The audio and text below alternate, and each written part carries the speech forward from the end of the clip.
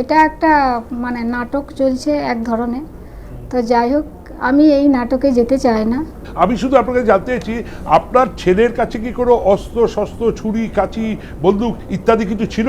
না না, কোনো কিছুই ছিল না। তাহলে কোনো কিছুই ছিল না।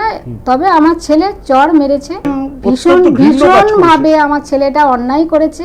তার সেই চড় মারার বদলে আজ চেয়ারে বসে যে নেতা সাংসদরা আজ আমার ছেলেকে গণপিটুনি দিয়ে নৃশংসভাবে একদম মেরে ফেলবার যে পরিকল্পনা, সেটা আমি মানে কোনোদিন ভাবতে পারি না যে আজ সরকার এইটা করতে পারে। আপনার ছেলের বিরুদ্ধে হচ্ছে খুনের চেষ্টা, আর যারা আপনার থাপ্পড় মারার জন্যে, আর যারা আপনার ছেলেকে লাঠি, বাস, চেয়ারের পায়া ভেঙে পেটালো, মাথার 4 জায়গায় গুরুতর আহত, রক্তক্ষরণ, তারা সবাই অজ্ঞাতনামা। হ্যাঁ, সেটা তো তারা প্রত্যেকে আইন তো কিন্তু- আমি জানি না যে লঘু ধারা, হালকা ধারা। না না, চটটা খুন হয়, আর লাঠি, বাঁশ, বেত, টেবিলের পায়া, জুতো এইসব দিয়ে নৃশংসভাবে একদম মেরে শেষ করে দেওয়া, এইটা একটা লঘু ব্যাপার। এটা তো এই ব্যাপারটা তো আমার আইনের ব্যাপারে কিছু জানা নেই। আমার ছেলেকে আমি সাপোর্টও করছি না, সমর্থনও করছি না।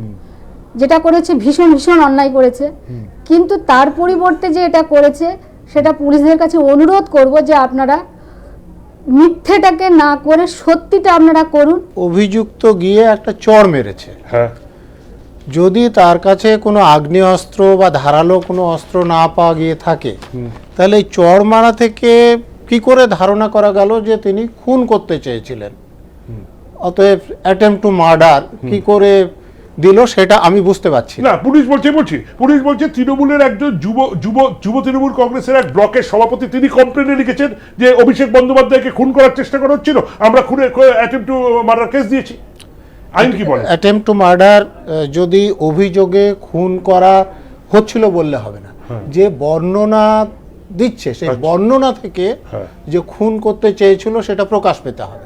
আমি যদি বলি যে দেবজ্যোতি ঘোষ আমাকে খুন করেছেন, তাহলে তো আমি বা খুন করতে চেয়েছিল হবে না। বর্ণনার মধ্যে দিয়ে এস্টাবলিশ হতে হবে। এস্টাবলিশ হতে হবে। বর্ণনা আপনি দেখতে পাচ্ছেন, এখানে যা ছবি দেখালেন তাতে একটা সিম্পল হার্ট 323 ধারায় কেস হতে পারে, সেটা নন কগনাইজেবল অফেন্স। সেটা পুলিশ ম্যাজিস্ট্রেটের অর্ডার ছাড়া তদন্ত করতে পারে না, ম্যাজিস্ট্রেটের অর্ডার ছাড়া অ্যারেস্টও করতে পারে না। এবং মানে আপনি বলছেন আদালত গ্রাহ্য অপরাধ নয়, পুলিশ গ্রাহ্য নয়, পুলিশ গ্রাহ্য নয়, আদালত গ্রাহ্য। আদালতের অনুমতি পেলে তবেই পুলিশ কেস স্টার্ট করতে পারবে বা তদন্ত করতে পারবে। এবং তারপরে কেস করার পরও অ্যারেস্ট করতে হলে আদালতের অনুমতি নিয়ে অ্যারেস্ট করতে হবে।